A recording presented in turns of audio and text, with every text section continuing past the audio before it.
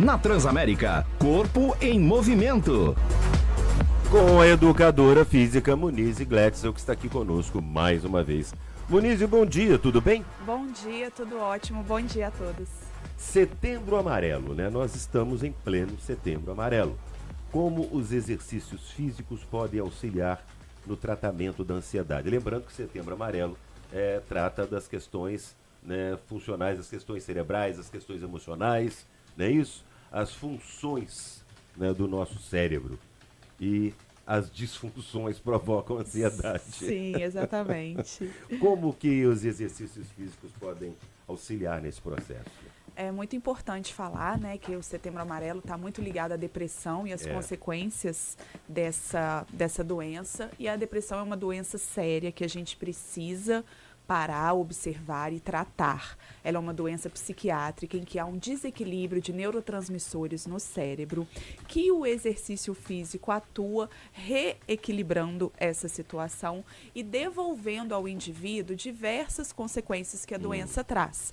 Uma das consequências são, algumas das consequências: desânimo, perda de apetite, emagrecimento, baixa autoestima, tristeza profunda, angústia. A pessoa fica sem vontade de fazer as atividades do dia a dia, rotineiras, a pessoa fica frustrada, a pessoa se acha feia. Então, essa desregulação de neurotransmissores, o exercício físico atua ajudando na regulação desses neurotransmissores e devolvendo a saúde, a vontade de viver da pessoa. É muito importante falar que o exercício físico, principalmente quando a pessoa já está num estágio depressivo mais avançado, ele não substitui os medicamentos. Ele ajuda e ele é um tratamento concomitante com o psicólogo, o psiquiatra e o nutricionista. Exatamente. Então, o exercício físico, ele devolve a autoestima da pessoa, a pessoa começa a se sentir mais bonita. Ele elimina aqueles pensamentos negativos, visto que a pessoa, durante a prática, está focada no exercício. Ele ajuda na autoestima, ele ajuda liberando serotonina, dopamina, noradrenalina, que são hormônios da felicidade. Então, a pessoa tende a se sentir mais feliz, mais disposto. Então, essa é uma das formas que o exercício físico chega auxiliando diretamente no sintoma de ansiedade e depressão. É exatamente isso. Você, de uma certa forma, já respondeu aqui duas perguntas que eu ia te fazer. Em que medida os exercícios físicos influenciam positivamente o estado emocional, né? E quais os mecanismos biológicos e psicológicos que explicam como eles podem ajudar e reduzir a ansiedade. Você quer acrescentar alguma coisa? Eu queria te fazer essas duas perguntas e você já... Eu me adiantei, né? Você já sintetizou as duas coisas. E olha, eu vou te falar, e é verdade mesmo, porque durante a pandemia, por exemplo, que eu estava em casa, isolado, né, dentro de casa, nossa, eu queria às vezes fazer uma caminhada, andar. A minha sorte é que tinha uma horta, de vez em quando você ia mexer na horta, ia fazer alguma coisa, mexer com terra e tudo, mas... Isso é muito bom, isso é um exercício muito importante. É uma forma, sabe? Mas aí, e isso dava mesmo angústia, uma ansiedade, uma coisa absurda. E o que você falou, Muniz, você como educadora física, está exatamente de acordo com o que o doutor Leandro Cruz, que é neurologista, falou conosco na segunda-feira no Papo Cabeça. A importância dos medicamentos corretos e do exercício físico. A gente ainda estava falando, inclusive, ele falou de natação, ainda comentei com ele, que ele voltou lá na natação e tal. A importância, então, está exatamente, vocês vejam bem, um neurologista e uma educadora física, a mesma coisa. O medicamento é fundamental, né? Agora, o exercício físico é determinante para ajudar nesse processo. Esse trabalho multidisciplinar é muito importante. Somos todos de uma mesma área, somos todos da área da saúde. Então, a gente tem que trabalhar em prol daquele paciente, daquele cliente, daquele aluno. Então, o nutricionista, o psicólogo, o neurologista, o médico, o psiquiatra, o educador físico, todos temos que trabalhar para melhorar aquele paciente. E quando a gente trabalha de forma conjunta, de forma juntos mesmo, né? A gente consegue uma melhora muito maior. Porque a gente não trata somente... Eu nem costumo separar corpo e mente, eu acho que é tudo uma coisa Tudo só. só. Né? Nós somos um. Então, quando a gente une isso tudo, a gente trabalha a pessoa por um todo. Porque, ao invés de trabalhar só a mente, só o corpo, só isso, a gente precisa trabalhar em conjunto, trabalhar como um todo, para que aquele paciente saia daquele estágio de depressão, para que aquele paciente saia daquele estágio de ansiedade. Porque, gente, isso é real. E como não é uma doença que a gente vê a olho nu, não é as visível. pessoas tendem a negligenciar. E às vezes nem percebem. Nem percebem. Eu fui perceber a minha ansiedade através do meu entorno. Que as minhas filhas e a esposa sempre falam, ó, você está ansioso. Eu não percebia isso. E no Entendeu? mundo de hoje, Você em não que percebe. tudo é muito rápido, a gente quer tudo muito para ontem, a gente não percebe, a gente acha que aquilo é normal. Normal. A gente fala assim, não, aí você vê, às vezes você vê uma propaganda de 7 segundos, você fica doido para passar aquilo para você. São 7 segundos. O que são 7 segundos no dia?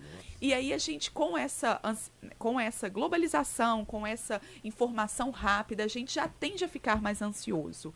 E aí a gente não percebe que realmente é um quadro de ansiedade, que pode levar à depressão e que pode levar a consequências drásticas. É muito importante a família, os amigos, é muito importante o apoio dessa rede, Sim. porque a pessoa depressiva, ela tende a ser taxada como chata. Tá sempre exatamente. triste, tá sempre assim, a pessoa não quer ser daquele jeito. Fica sem ambiente, às vezes. A pessoa não quer ser daquele jeito, a gente não pode negligenciar. Familiares, marido, filhos, amigos, a gente tem que estar ali para ajudar, a gente tem que buscar conhecimento e buscar os profissionais certos para ajudar a pessoa a sair daquele estado. Nós falamos de natação agora há pouco. Agora, quais os tipos específicos de exercício são mais eficazes no tratamento de doenças mentais e por quê, Moniz? Eu costumo falar que não tem um exercício específico. Não, né? O primeiro ponto é a pessoa procurar algo que ela goste de fazer, que seja mais prazeroso ou menos torturante. Porque no estágio, dependendo do estágio que a pessoa está... Acaba sendo outra tortura, né? Então, a gente tem que pedir para a pessoa escolher. Uma segunda dica é procurar exercícios feitos em tribos, com exercício feito em grupos, com mais pessoas, que um anima o outro, um ajuda o outro naquele momento. Ah, hoje você não vai? Pô, mas eu marquei contigo, vamos juntos. Isso é muito legal. Natação, caminhada, são exercícios de baixo impacto. Então, para uma pessoa que está começando, é uma boa opção. Corrida, são aquele clima da corrida que vai muita gente, um ajudando o outro, um dando força pro outro, é muito legal.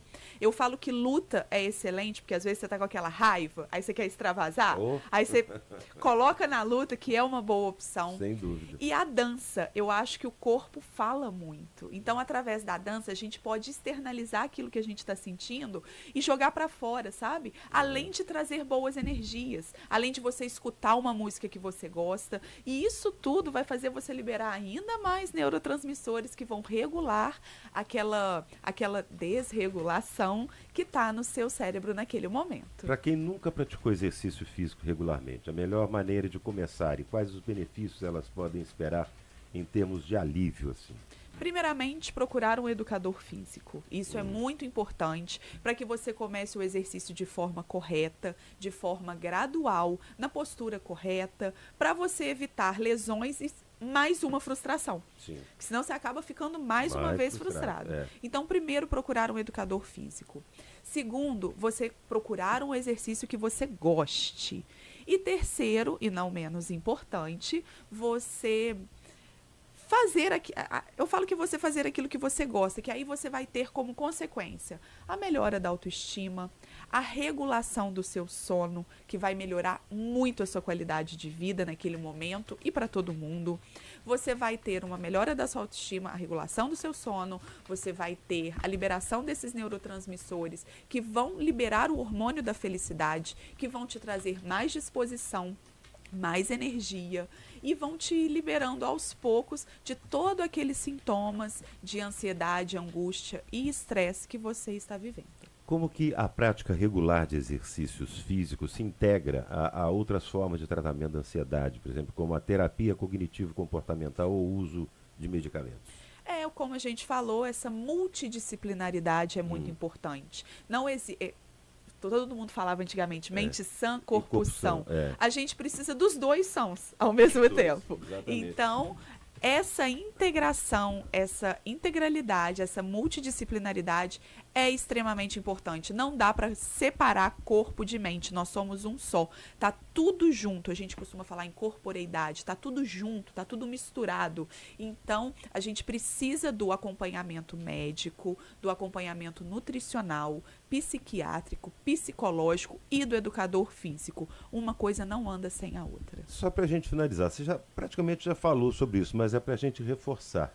Quais são algumas orientações práticas para as pessoas, para os nossos ouvintes que estão interessados em usar os exercícios físicos como parte de sua estratégia, por exemplo, para lidar com ansiedade, com estresse, com doenças que chamamos da mente? Procurar um bom profissional de educação física. Primeiramente, um bom profissional, né? Isso, que vai te pedir um bom cardiologista com seus exames Como em sempre. dia, como sempre, para você trabalhar de forma segura e que te dê um resultado. Começar os exercícios de forma gradual. Não adianta começar a escada lá de cima. Não. É step by step. A gente fala que é um degrau de cada vez. Um de cada Começar com dois dias no primeiro mês, depois a gente aumenta para 3 vezes, né, semanais. E aí a gente vai acrescentando dificuldade, intensidade e volume de acordo com o que aquele profissional de educação física te indica, acrescentando aos poucos e gerando, assim, um resultado melhor, mais satisfatório e trabalhando sempre junto com o seu médico, com o seu nutricionista, porque eu costumo falar que a gente quer a melhora do cliente, Claro. do paciente, independente do aluno, independente de nome, a gente quer a melhora dele. Se a gente não vê melhora, eu acho que não tem por que a gente trabalhar. Não justifica. Então, a gente precisa dessa multidisciplinaridade, a gente precisa ver essa melhora. Como? Trabalhando em conjunto. Isso aí. Quando a gente tem o telefone de um médico, que o médico é acessível, que a gente consegue chegar até ele e conversar. Quando a gente conversa com o nutricionista, a gente trabalha para aquele paciente. Não tem erro, não tem. Eu falo que não tem como dar ruim. Não tem como dar ruim. Não dá ruim. Por quê? Porque a gente vai trabalhar daquela forma e ele vai melhorar. Não tem outro jeito. Eu falo que como é muito abstrato, né? A gente não vê, essa doença é uma doença um pouco abstrata, a gente vai vendo aquela melhora gradativa e é muito satisfatório para o profissional. A gente vê aquela pessoa saindo de Zaço Preto, né? e a pessoa sorrindo, e a pessoa tendo vontade de ir para um barzinho e sentar e conversar com os amigos. Isso é maravilhoso e é muito satisfatório para a gente. Isso aí. Muniz Gledson, educadora física, falando conosco hoje da importância dos exercícios físicos para combater também, né, para servir como tratamento contra a ansiedade. Muniz, obrigado mais uma vez pela participação. Semana que vem a gente espera novamente. Muito obrigada e até mais. semana que vem.